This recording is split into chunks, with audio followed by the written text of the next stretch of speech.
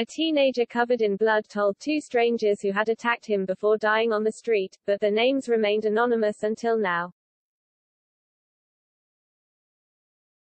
On May 4, 2021, Reese Tansey was stabbed 6 times after being attacked near Great Lever Park in Bolton. The 15-year-old and a friend had been coaxed to meet up with James White, 16, and Mark Nuttall, 15 in the middle of the night, Manchester Evening News reported.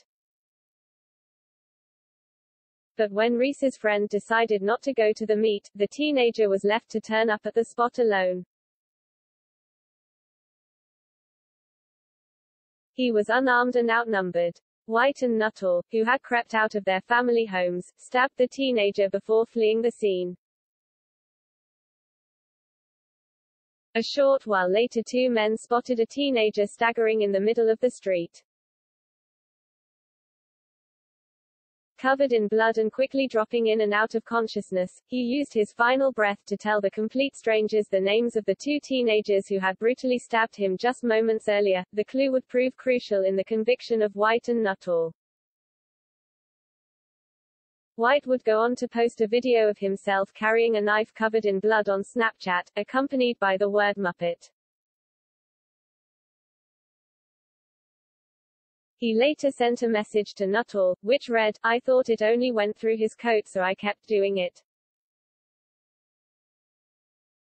He added, "H is dead now." Nuttall responded with a laughing emoji. They were arrested a short while later. The shocking details of his murder were brought to light in a grueling trial at Manchester Crown Court.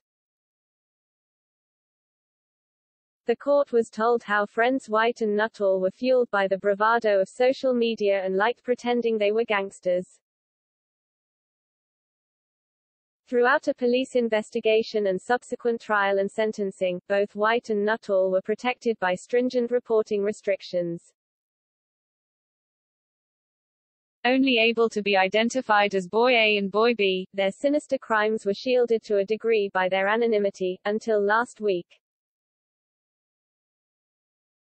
Following an application by both the Manchester Evening News and the Bolton News, Justice Farby agreed to lift an order made under S45 of the Youth Justice and Criminal Evidence Act restricting the reporting of their identity.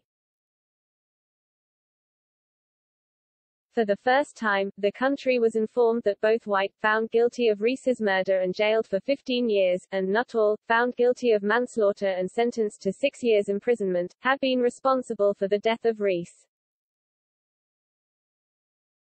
Reese's dad Ian Nice, 47, said his son would have wanted his killers' names to be revealed and that this unveiling comes as a bit of a relief after months of torment. "It would have been hard for Reese that they weren't named," Ian explained. "Now he's got closure. It was also hard because we couldn't put anything on social media. We couldn't put the names out there, but now it's a relief. I know that Reese wanted to carry that on, with them being named." Reese's last words before he died were the names of the lads. He added, "He wasn't just my son, he was my best friend, and I didn't have a chance to say goodbye and hold his hand and say, 'I love you, son.'" Ian, who works in traffic management, said that he last spoke to Reese in the hours before his death. Head asked Reese, who he described as his best friend, to visit him for a takeaway and says he will never stop thinking about what could have happened if he had come over instead of hanging out with his friends.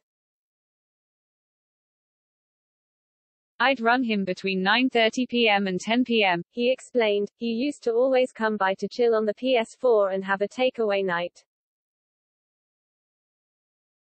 That's the bond that we had, he was my best mate. Reese had said, "Dad, stopping FC King pecking my head.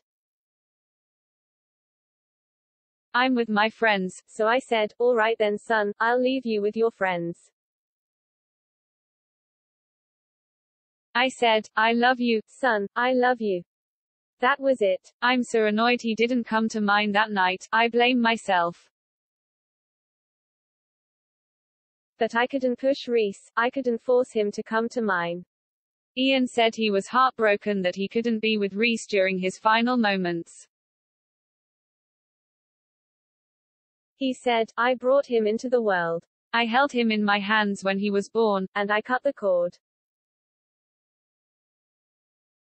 And not me being there on his last moments in life. That hurts me.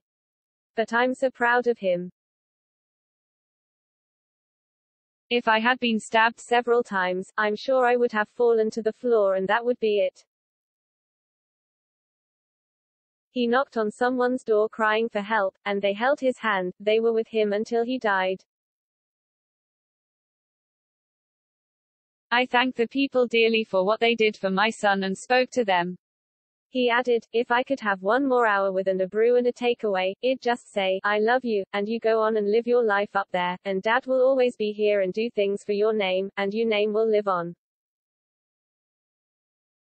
But Ian said his battle for justice is far from over. Reese's family plan to appeal the length of Nuttall's jail sentence, with Ian arguing that the sentences handed to White and Nuttall won't do enough to deter children from carrying knives in the future. He said, there has to be a law and tougher sentences for knife crime because there are kids killing kids. The government are not doing anything about knife crime. They can ******ing throw parties, but Boris should be sitting down to deal with knife crime. He should be getting tougher punishments, tougher sentences and more police on the streets. You're not carrying a knife to cut potatoes and carrots on a street. You're carrying a knife intentionally to kill someone.